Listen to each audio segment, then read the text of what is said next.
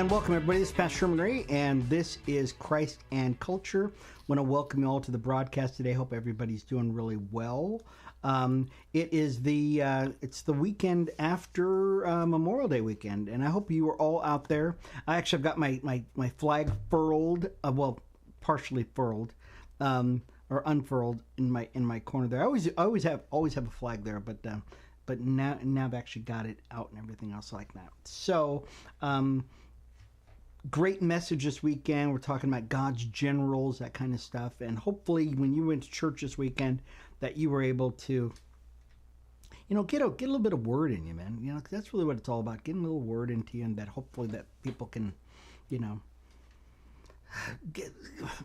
maybe take a little time and think about what's going on in America and how things are going and whether or not we're on the right path. So, and I got something I want to share with you in just a little bit. So also, if you want to check us out, folks, you can go to our website. You can check us out online. I'm going to bring this up really quick right now on YouTube channel. Hopefully it'll come up pretty quick here.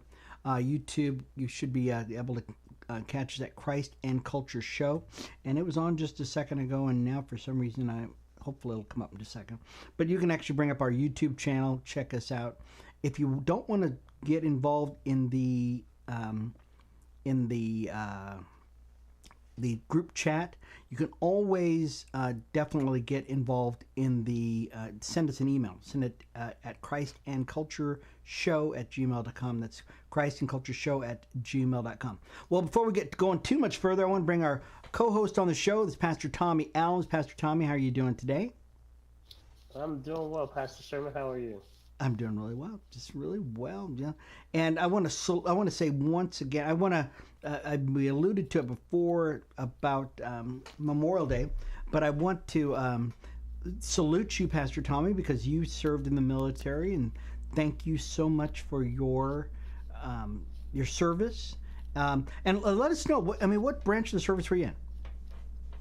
Well, first of all, thank you for your support. I was in the Air Force for 5.5 years.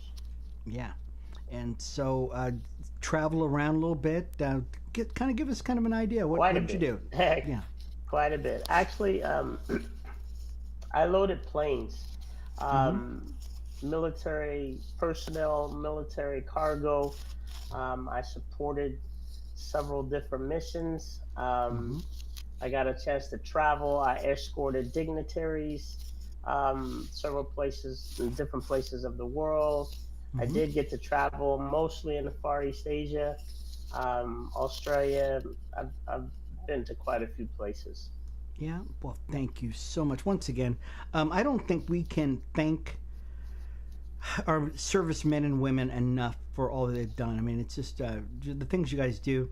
And a lot of guys go into the military and they go, I'm just in the military and I'm just kind of hanging out for a little bit, not knowing whether or not that this might be the year that a war breaks out someplace, and that that quiet, just serving and getting ready could turn into you actually getting involved in a conflict. Did that ever occur to you that that you would be on the front lines at some point, or potentially that could happen to you? Oh, absolutely. Before I went in actually at peacetime, but I had the knowledge that anything can happen.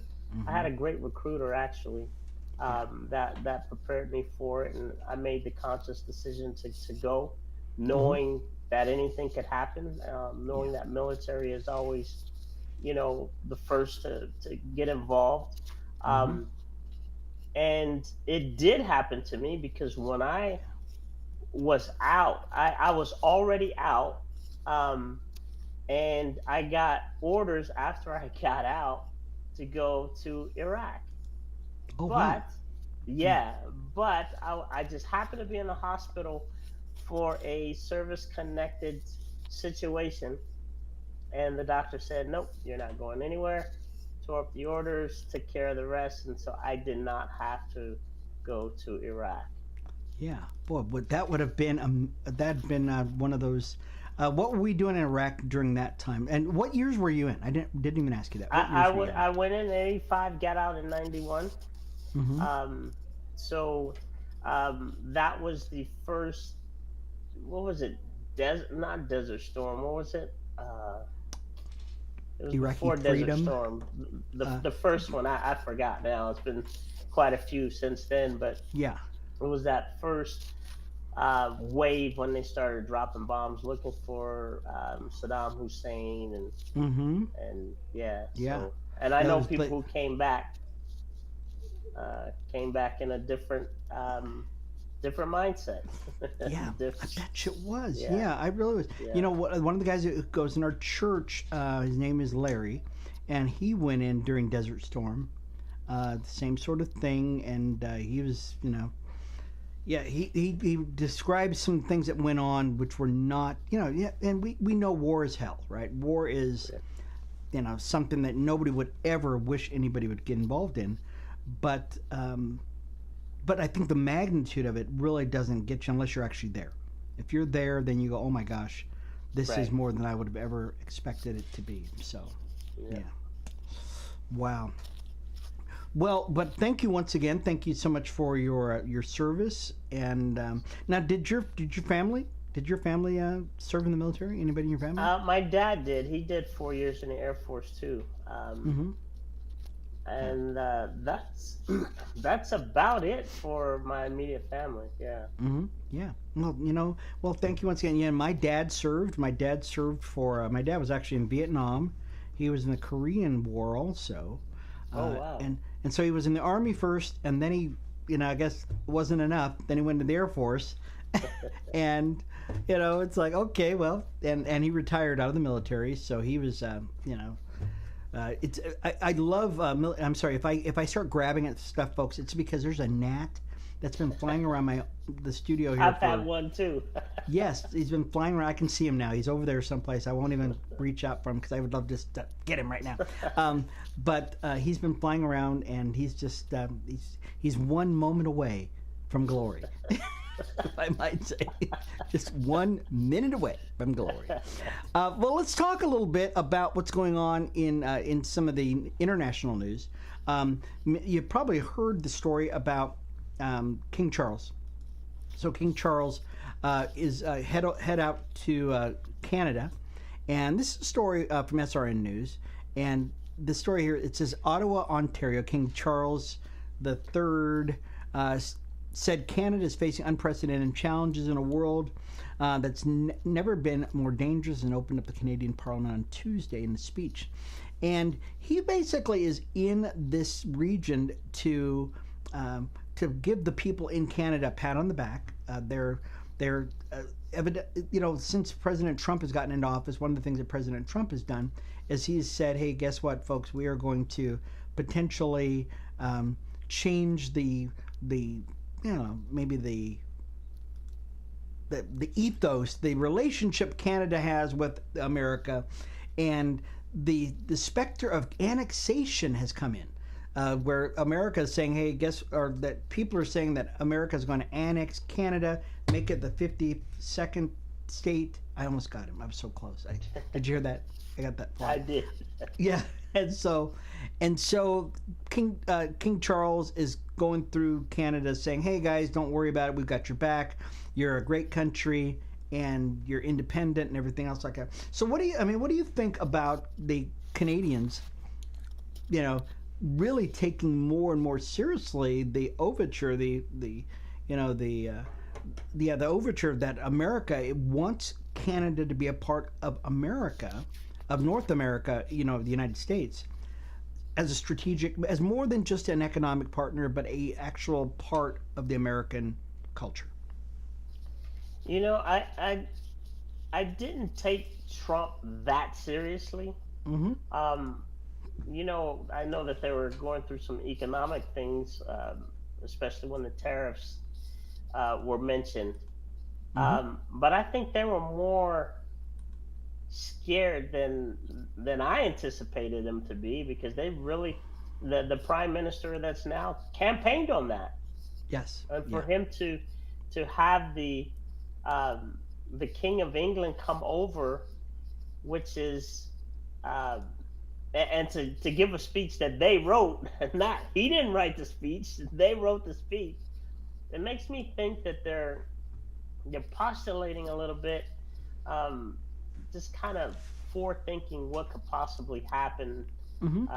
But I didn't take Trump that serious that he was just gonna Yeah. go and take over Canada. Yeah, that is not that's just not the American style.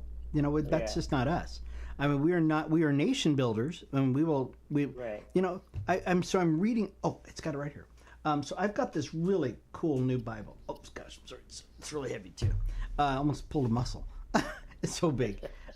So this is called the Founders Bible. So, and I don't know, some people can see it forward, maybe you can't see it, but it's called the Founders Bible. Really thick, big Bible. Um, and it is and it so you might have heard of David Barton, and David Barton is a historian, pastor, not a theologian, but a just a man of the word. He was a pastor, that kind of stuff. And so he is folded in to the NASB historical writing. Oh, there's that. But it came right on my face. So they put he posted they put founding documents, purposes, feelings, mores at the time of the printing or the founding of our country into a Bible, which is just amazing. And so one of the things it talks about basically is the purpose of America. That the reason why these companies, these charters, these people who came over to the New World came over here was for one reason, and it was to spread Christianity around in the New World.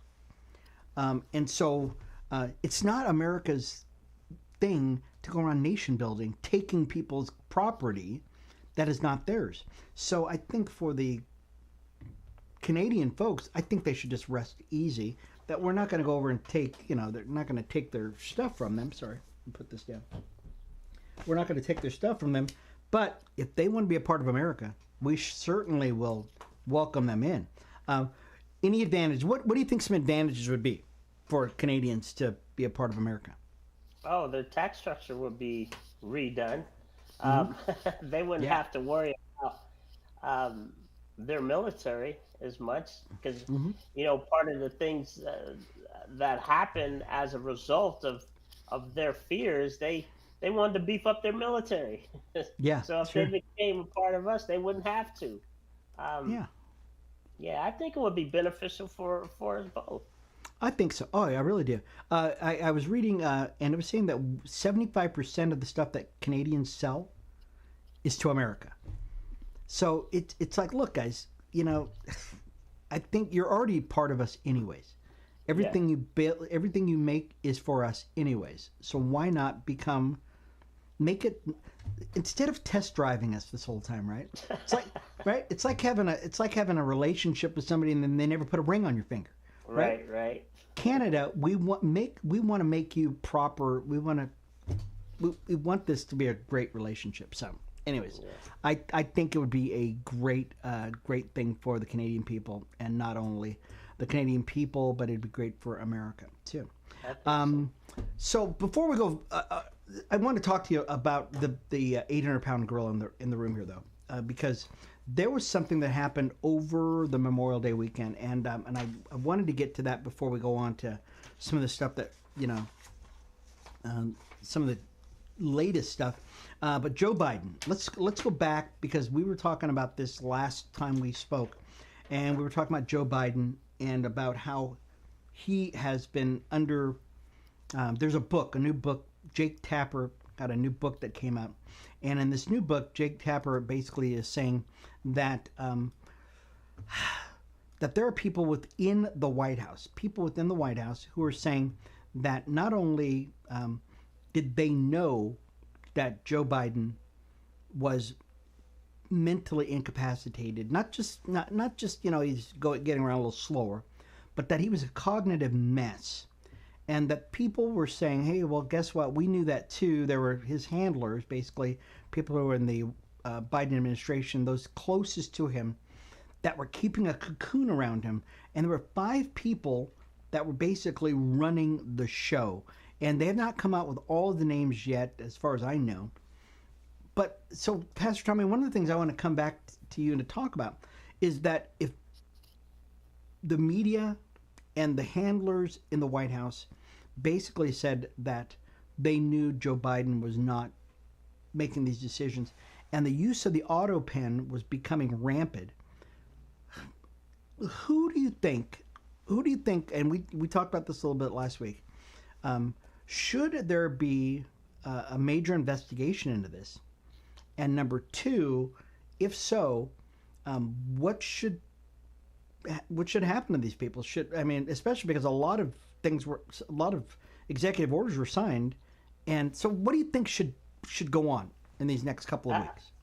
I definitely think that there should be an investigation Mm-hmm. because just like you just pointed out, the some of the executive orders that were passed, the pardons, Mm. you know, and it's two different stories, but I'm sure it's connected.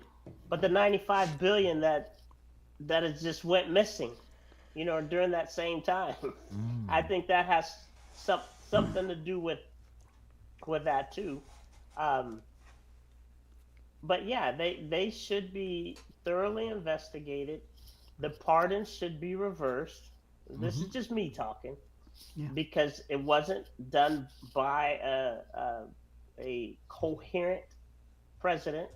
I think those pardons should be reversed, um, and even investigate the ties of whoever used the auto pen or set the auto pen up, of those who actually investigate relationships between those who used the auto pen and those who were pardoned. Oh yeah. I think that would probably lead down another trail. I think But so. Go ahead. yeah, no, I was just gonna say too. Um, I don't know what the penalties would be for that, so I would leave that up to the judges because I don't know the law. I can't just sit here and say, oh, they need to go to jail for life. I don't know what the law stipulates in that Mm-hmm. case, but that does seem like along the lines of treason. There's definitely some impropriety. There's major. I don't know if what does the Constitution say? So the people who we speculate, and people are in this book, it comes out and it starts naming names. It starts talking about people who were the closest people to Joe Biden, and they were keeping him, you know, out of sight. But they were the ones making the decision. These people were unelected. They are not. Nobody elected these people. No, they are not. And so, is what legally can be done to these people? Could Joe Biden come back and, oh no, I know exactly what they were doing. Oh yeah, sure. Matter of fact, as I was sleeping on the beach in Delaware or wherever I was at, I gave him the okay. I nodded yes. Yeah. Every time it's like, really, Joe. They so here's another thing also though, is that there's speculation that these people were giving out orders. They were giving out favors and financially benefiting from it. Yeah, that I'm sure that 95 billion is tacked into there somewhere because it happened along those same time frames. Yeah. So we got a lot. There's a lot of things. Well, Congressman Comer, who is alongside with Congressman Mike Johnson, who's the head of the Congress, they're opening up investigations into who, what, where, when, why, and how. And they're going to start looking at some of these things because this is probably, they're calling this the biggest cover-up in American history. I mean, this is bigger than Watergate. This is bigger than Whitewater. This is bigger than the blue dress. This is bigger than any of that stuff. And so we're going to probably find out. Can you imagine this? This is not a small thing. No, I'm really surprised that this is not taking front stage in all the newscasts from now until whenever, until we find out who it is, because so we probably all heard about the same thing. What do they call it? There was a movie talked about it. When you basically have a president, but it's actually not him. Who's the shadow. Yeah, it's almost like government. It's not a shadow government. It is actually the Manchurian candidate. Oh, yeah, that's right. Get the Manchurian candidate. Okay, where the guy gets in office, but it's really not him, right? It's not him falling. This is what does this? So, I want you to put yourself in the position of one of our allies, and you know that this guy that you're dealing with, Joe Biden, is just a heartbeat, one snippet away from being gone. How would you feel knowing that this guy is really not the guy you're going to deal with? Or let's say you're a Putin and you're saying, hey, guess what? Really? This is the guy? How are you? Put yourself on both sides of that, and tell me how would you look at America knowing that America was in those kind of hands? Well, I think people like Putin, uh, the MBS from Saudi Arabia, Mm-hmm. specifically those two, and maybe President Xi from China, they already looked at it that way. Mm-hmm. I think that's my personal opinion that they already, and even possibly Iran, you know, they looked at it that way. Those are not allies, but you mentioned Putin. Um, you know, I think that they're more happy that President Trump is the president now because they know what to expect. He's gonna do what he says. Mm-hmm. They know who he is. They don't have to worry about them, him changing tone or changing his mind or something came up. They know where the relationship stands. Um, I think as far as allies go, Israel felt abandoned. Here's Ukraine getting all this money, and Yeah. and they didn't get as much as Israel didn't get as much as Ukraine. So it just kind of, yeah, it's one of those things where it's just really hard to kind of pinpoint, but you can kind of Mm-hmm. see, how they might feel about that. This, I'll tell you. I think this is why Trump kept emphasizing about the Ukraine conflict and Russia. They said if I would have been in office, they would have never happened.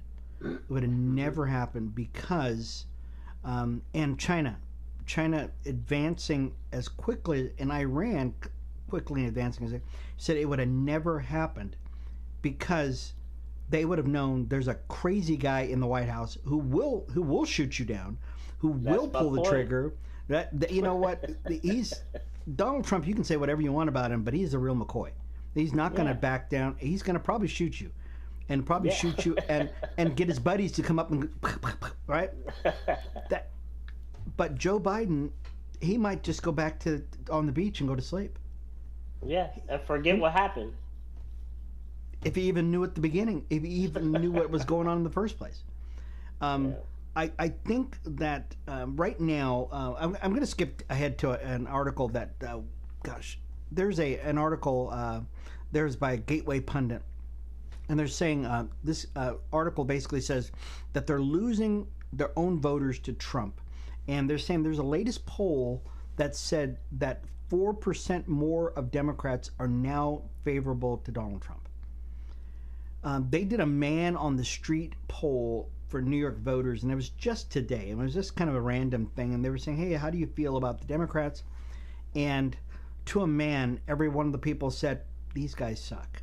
Democrats just suck because it's because of this issue. The biggest thing was this issue. They're saying, wait a minute, it was bad enough that the economy was bad. Okay, it was bad enough that, they had the transgender thing. It was bad enough that all these things. But then you put on top of it this thing about Joe Biden and the cover-ups and them lying about this stuff. Let's say you're a Democrat now, Pastor Tommy. How are you feeling about the Democrat Party right now? I would be feeling pretty low because they're still trying to cover it up. I mean, as blatant as it is right now, there's not much media on the left media that is talking about it. Yeah. It's pretty sad, and I know people have to feel abandoned. Some, because you Some. still have those diehards that are, no matter what truth comes out, they're just gonna believe whatever they Hmm. say and however they put it. Yeah. Well, at least those people are more of the diehard. Guess what? I hate Trump.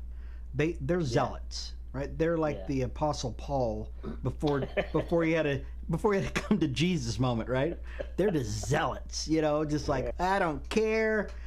I know I saw the miracles, I saw this, but I'm a zealot, right? So yeah, those are just diehard zealots, right? But then you've got the people who are they don't know. They had no idea. I mean, yeah, they are true. They are just true. Um, they just naive, and they just kind of believe what they saw on TV. yeah. Now, even the media kind of basically said, "Hey, we didn't know about this either." Now, it's hard to believe that the media didn't know about this. Maybe the media just didn't want to know about this. You're a media guy now. You're a media guy. You're working Podot. You're working in South Dakota someplace, but you're a card carrying member of the Democrat Party, and you come to find out that Washington is not as. I mean, it's bad, but you never thought that this would happen. Are you now starting to think differently? Do you think, or what are your thoughts now as a Democrat? You're a card carrying member of the media, and what are your thoughts now as a media guy? I would be thinking, okay, I'm probably gonna have to get a new job. Probably gonna have to get a new party. Yeah. I, you know, I would be that extreme. I know most people probably wouldn't go that far because they Hmm. feel like they need their job, but Yeah. there's got to be some that are actually rethinking this whole thing if they didn't know. Hmm. Now, I'm not media. You're Yeah. not media, No. but we knew it, But we knew it. right? I know. How did they not know? That's they my point. they knew. They had to have known. They knew. It's like I don't know. It's like your kid's been smoking dope, right? Or your wife's been going out on and you're going, but yes, but they love me. They come home to me every night. I'm Right. going, that kid's out doing this. Your wife's out doing that. Your boss is doing this. Yep. And now your party that you've been so there's a lady on one of these. I know we're belaboring this point here, but this is how big this really is. I really personally think this is probably the biggest story ever. We could talk about this forever. There's some lady walking down the street, man on the street's got a microphone. He goes, "Hey man, what do you think about?" She goes, "I'm telling you right now, I'm never giving them another dime of my money ever because I trusted them." Hmm. That person, I think, is the median Democrat that is out there, the median man on the street who said, "You know what? I trusted these guys," and that's what most of these people do. They're like lemmings. They trust them. They don't really do any kind of looking under the hood to see what's going on. Yeah. They trust their leaders, and now they're thinking, "My leaders have been it's been bad. This has been bad, but they lied to me now. They told me that Joe Biden was a great guy, and he is nothing. He's an empty suit." And so not only that, for the last 4 years, what have the Republicans been telling him? Yeah, that very same thing. The Republicans have been saying these guys are empty suits, man. Why don't you listen? Yep. So the hard thing I think would be for them to come to realization that they've been duped, but yeah, that the other side's really not that bad. So it leads me to the next story, the next thought. People have been meeting Donald Trump, meeting Republicans, meeting MAGA folks, okay, which would be common sense Americans. They're finding out that these folks are not bad people, that they're not who who they're being purported to be. So now let's say are you as a just a common sense Democrat? Most Democrats are not AOC. They're not Bernie Right. Sanders. They're not that rabid card carrying leftist. They're just regular folks. Are you going to maybe give the Republican Party or maybe even give Jesus a shot? Yeah, it just depends on how deeply rooted they've been, Mm-hmm. because it's not only the media that has lied, but their family members. You know, Mm-hmm. especially some of these younger voters, they come from a lineage of lies. You know, Republicans are racist. They're, they just only care about the rich, and rich Mm-hmm. people are evil, and all this stuff. So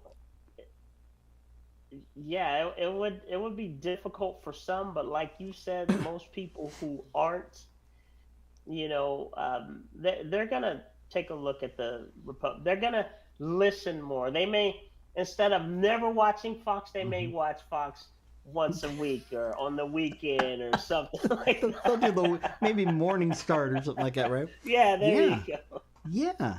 Because I think what has happened is a lot of people are finding out, man, they're getting lied to.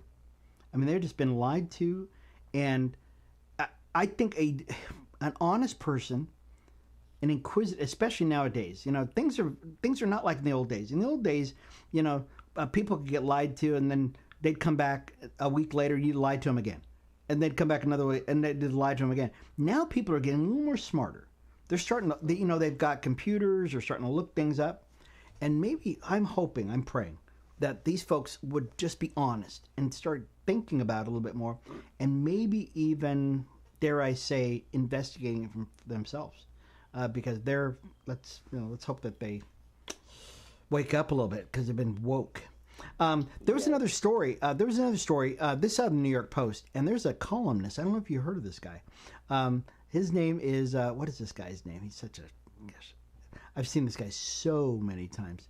Um, Gosh, I'm sorry. I was reading through the article and I couldn't remember. So they start out. This is how they start out. The New York Post. A black Washington opinion writer says he quit the newspaper's editorial board over a dispute with a white colleague about a piece concerning Georgia's voting laws that he didn't agree with. So they're editorials. So these are not, these are opinion pieces. It's an editorial thing, and it's accusing her of robbing him of his humanity, according to a report. His name is Jonathan Capehart, who is the only African American member of the editorial board when he quit in 2023, and he writes in a new book that he's got. It's called Yet Here I Am. That he stepped down over a dispute with another opinion editor. Her name is Karen I think it's Tumulty. I might have gotten that wrong. And she's also another opinion writer or an editorial person. In his book, this is what he says. In his book, Capehart, who is still with the paper, he writes that he clashed with Tumulty over an editorial which took issue with then President Joe Biden's criticism of the 2021 Georgia voting law.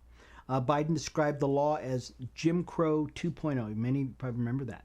Jim Crow 2.0, and it characterized that the Washington Post characterization that the Washington Post editorial board deemed as hyperbolic. Basically, and so I guess this guy got upset because he thought that yes, that they should just run with it, call it Jim Crow 2.0. And this Tumulty lady goes, I kind of agree with the paper that it's kind of hyperbolic, and I mean you're kind of going overboard with this whole thing. So here's my question to you, Pastor Tommy.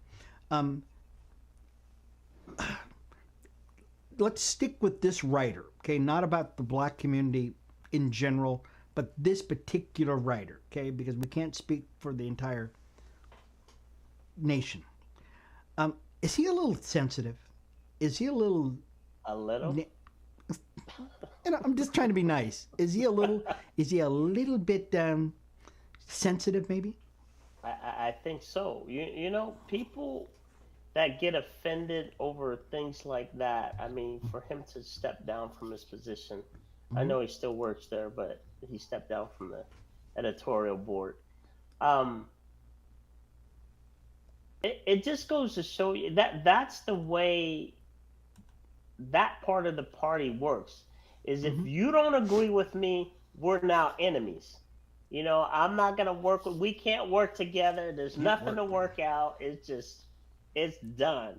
And Yeah. it's sad for people to be that offended. and maybe it's good for the rest of the group that he did step down. Yeah, yeah, maybe it is. Don Lemon was very close to the same thing. Don Lemon was, he was the only black anchor on, and I guess he just got uppity. That's I'm going to say it. He just got uppity, right? That so it happened to him. It happened to what's her name? The girl that she just got fired too, from CNN. Oh, Joy Reid. Joy Reid. Okay, it's like, look, folks.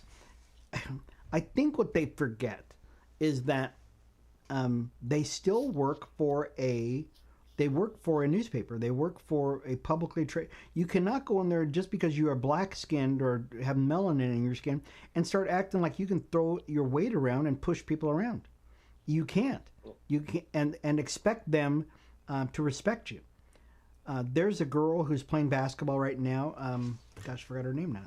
No, I can't remember people's names. Is it Reese? Caitlin. Caitlin Clark. So Caitlin Clark comes in and she's playing basketball. She's making a bunch of money. She is the face of basketball right now. Okay, every year there's a new person who comes in and becomes the face of whatever. Okay, the newest, latest, greatest thing. Well, these girls that have been playing for a few years are going, well, she shouldn't be the face. She shouldn't be about it. And now they're saying, hey, guess what? We're not going to play if you don't pay us more. I'm going, wait, hold it, guys. Instead of you folks just being happy that you make a living by playing with a round ball, okay? You're playing. Remember this. You're not doing anything. You're not delivering babies. You're not brain surgeons. You're playing. You're recreation. You're entertainment. Okay, you're entertainers. You're like clowns. Okay, that's what you do. Okay, there's nothing wrong with that. I love watching basketball. I love it, but you're playing. Mm-hmm. And instead of just being grateful, they're just complaining, always complaining, and everything else. I see this guy as somebody, instead of using that pulpit that he had, that platform, to doing something great. Now he's down with the rest of the folks, trying to fight his way back to the top. Is this an indictment upon the American society too? Groups of people that do something very similar to this. Is this the same kind of indictment? It should be, yeah, because if people are going to be woke, then they need to awake. They need to begin to, and part of being awake is to see, right? Mm-hmm. You see everything. You don't just see one thing. You see, Yeah. and make your decisions on what you see, not just what you're hearing, Yeah. right? Yeah. And so I think it is. People really need to pay attention and evaluate for themselves instead of just taking what you're fed, that steady diet of negativity and racism, and then blame everybody else for your own beliefs. You Oh, yeah. know, Oh, yeah. yeah, I do. Yeah, I think you're right. I'll tell you, it's just I was looking at this weekend. I was in the pulpit, and I'm one of those pulpit guys. I'm going, hey, no, I don't do that. I don't do the. I'm pretty calm guy. I'm really pretty. But one of the things that we were talking about is I don't finger point at any group of people, but I do make an observation. One of the observations is that there's not a group of people in America, not a people group, that have not been enslaved at some level. Every group, white, black, Mexican, Japanese, Irish, everybody, English have been enslaved. The Italians, yes, they've been enslaved. Everybody's been enslaved at some point. But it's only black Americans, African black Americans, who have this thing. Well, I need to be taken care of for the rest of my life. And I'm going, this is the thing that I think is a device of the devil, that he keeps people in bondage because he keeps them looking back all the time. And this Capehart guy, I think is just another indication. He is at the pinnacle of journalism in our country, and he's got privileges that most people will never ever see. Right. And that brother's still sitting there complaining. How about start a start doing stuff, instead of Yes. whining the whole time. Yeah, I totally agree. You know, it is sad that that mentality is still prevalent. I Mm-hmm. remember growing up. Mm-hmm.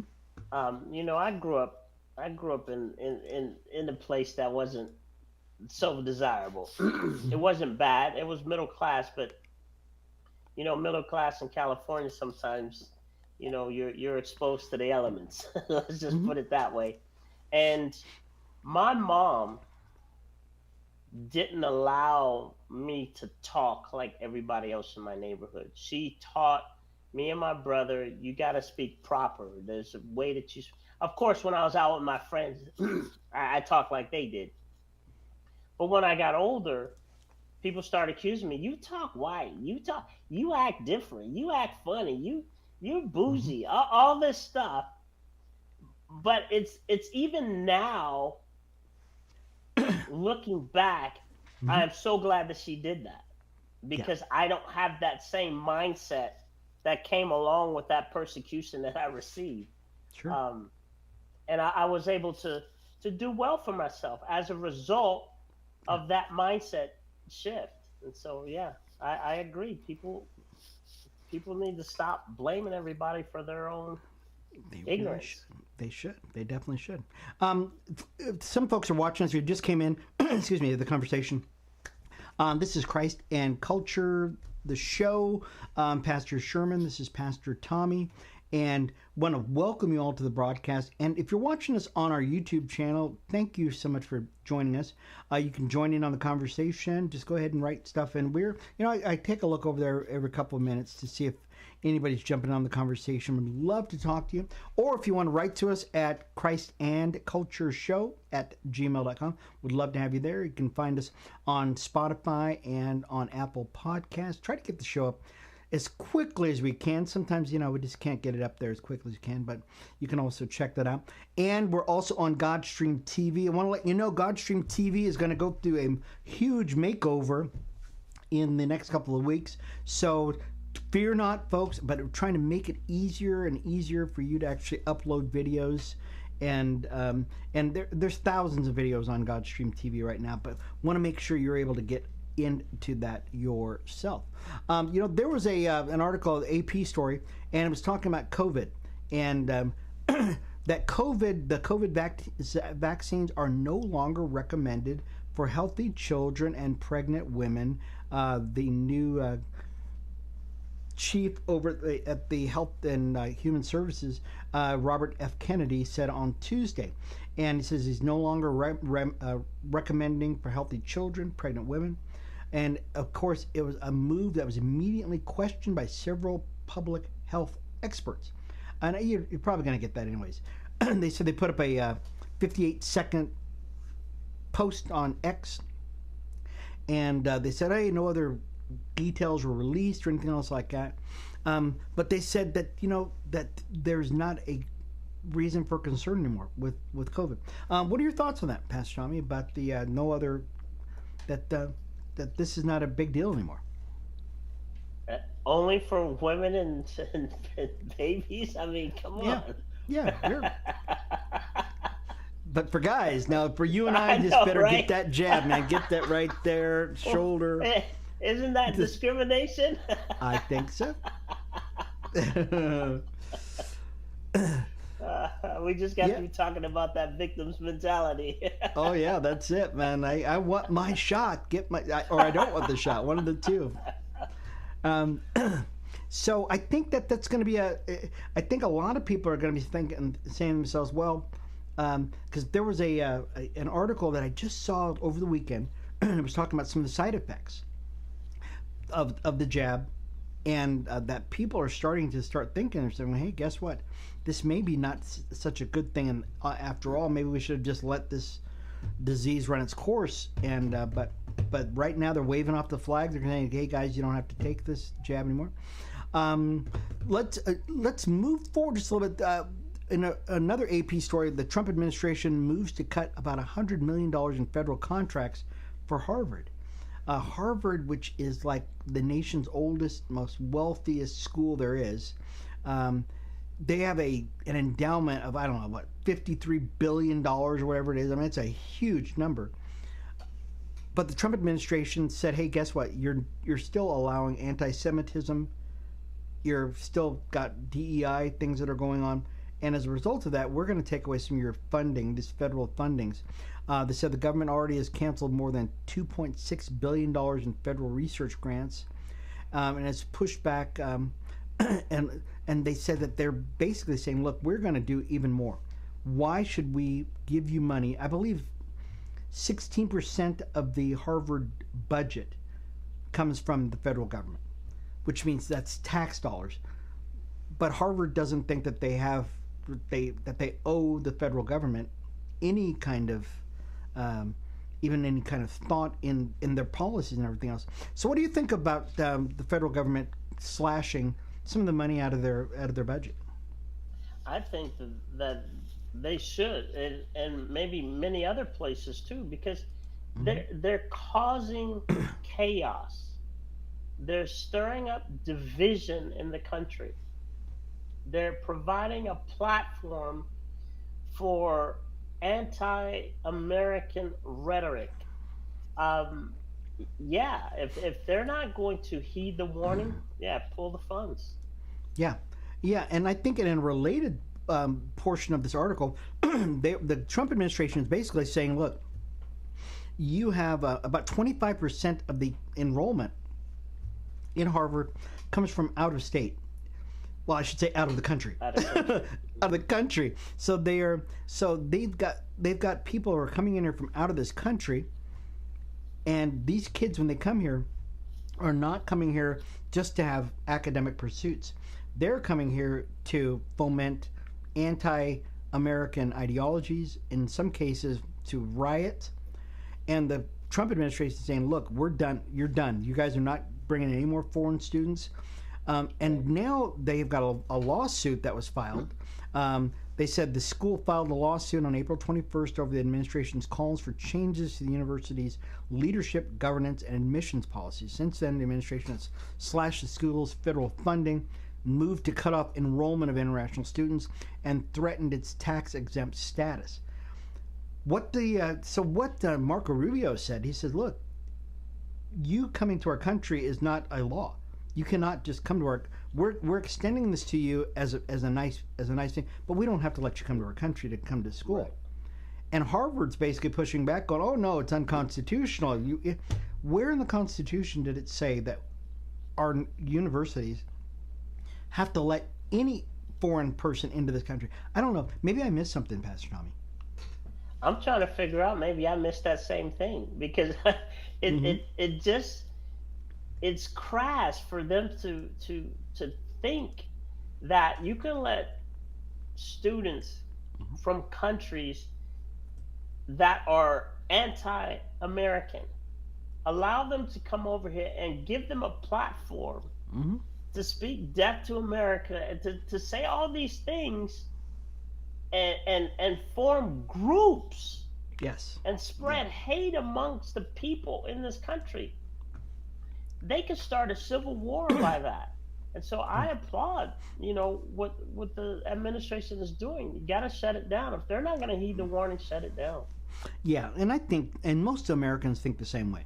I think what has happened in these universities, they've become these cauldrons, these powder kegs of leftist ideology, leftist thought. Matter of fact, I walked into, and I work for our education department here in our great state, and walked into an office, a meeting with several administrators there, and one of the administrators was mentioning something about MAGA, these MAGA folks there, and I was going, dude, I cannot believe you would even say that. So they feel so not threatened that they can just say anything they want. They can, with impunity, and I'm thinking, wait a minute, I could probably take you to HR and make sure that you never say anything like that, because it's gotten to the point where it's ridiculous, and then they wonder why there's such problems. But as far as and I know I'm moving along really quickly here, there was a story by Breitbart, and it's called the Right Track, Wrong Track poll that was taken Mm-hmm. about the direction that President Trump has taken the country, and his numbers have hit 50%. It's the first time in the poll history. This organization which did this polling said that they've been the Rasmussen poll. They've been going around for like the last 20 years taking polling data, and this is the first time it's ever happened where that has gotten this high. It said Rasmussen began tracking the Right Track, Wrong Track poll almost 20 years ago, and they started in 2006, and they said that this is not an aberration. This is not like just, hey, guess what? It happened one time. They've been tracking this all week long, and the average over the last 5 days is President Trump has been at 50% approval of what he's doing. And only four, and now you would think, oh gosh, there's a lot of people, there's 50% of the country that says that they don't like it. Here's the deal though.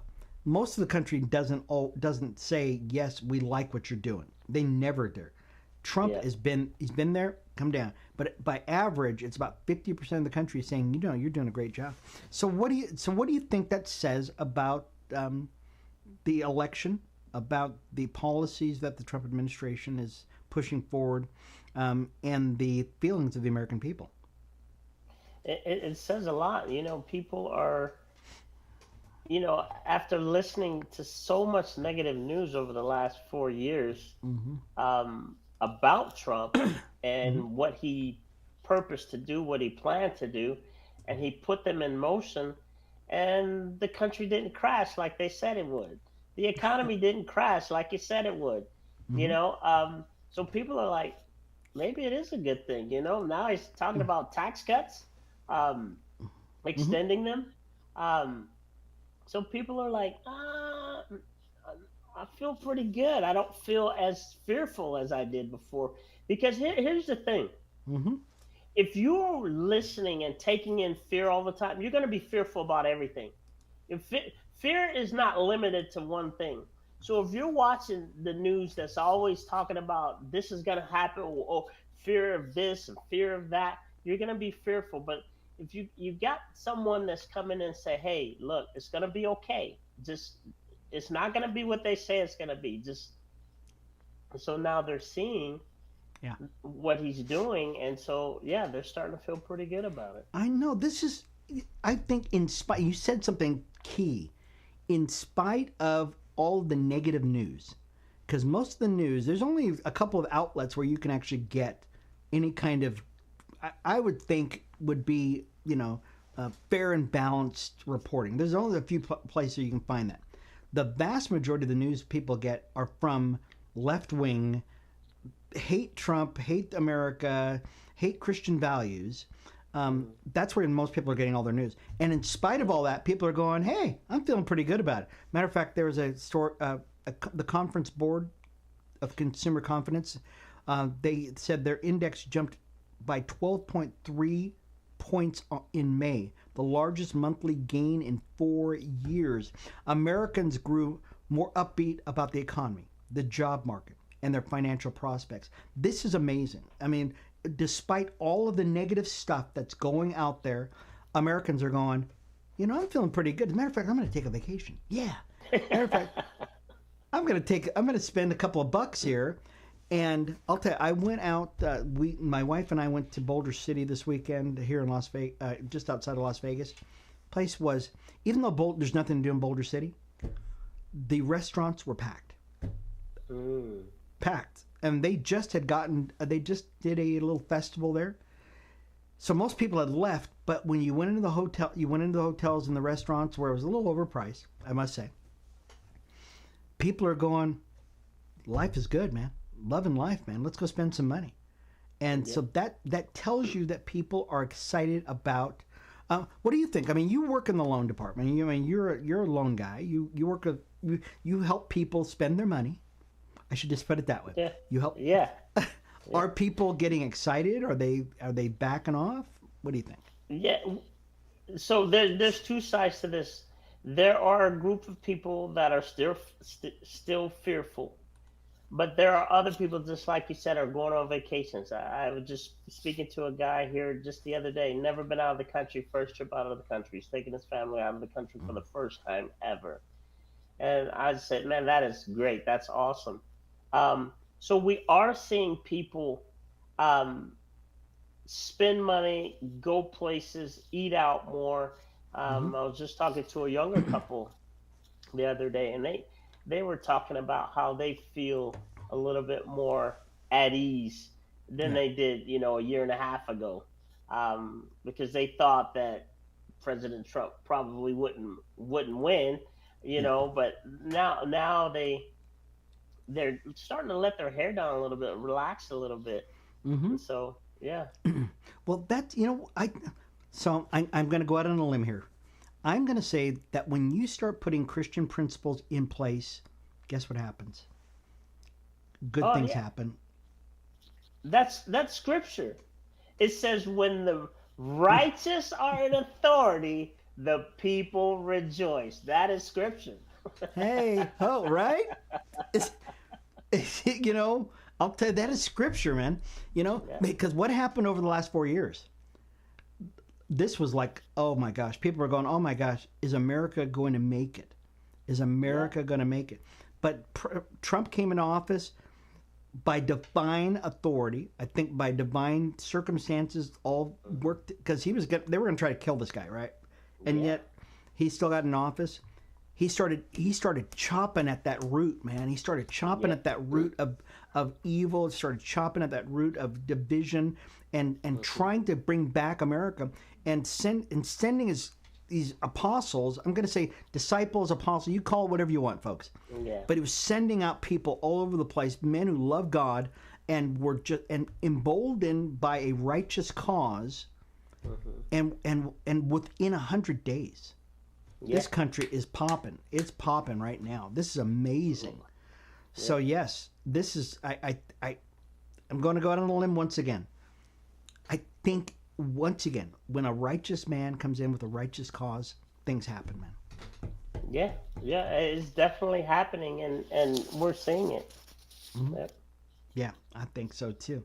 Um, Now, if they can just they can get the folks over in on the other part of the globe back and off.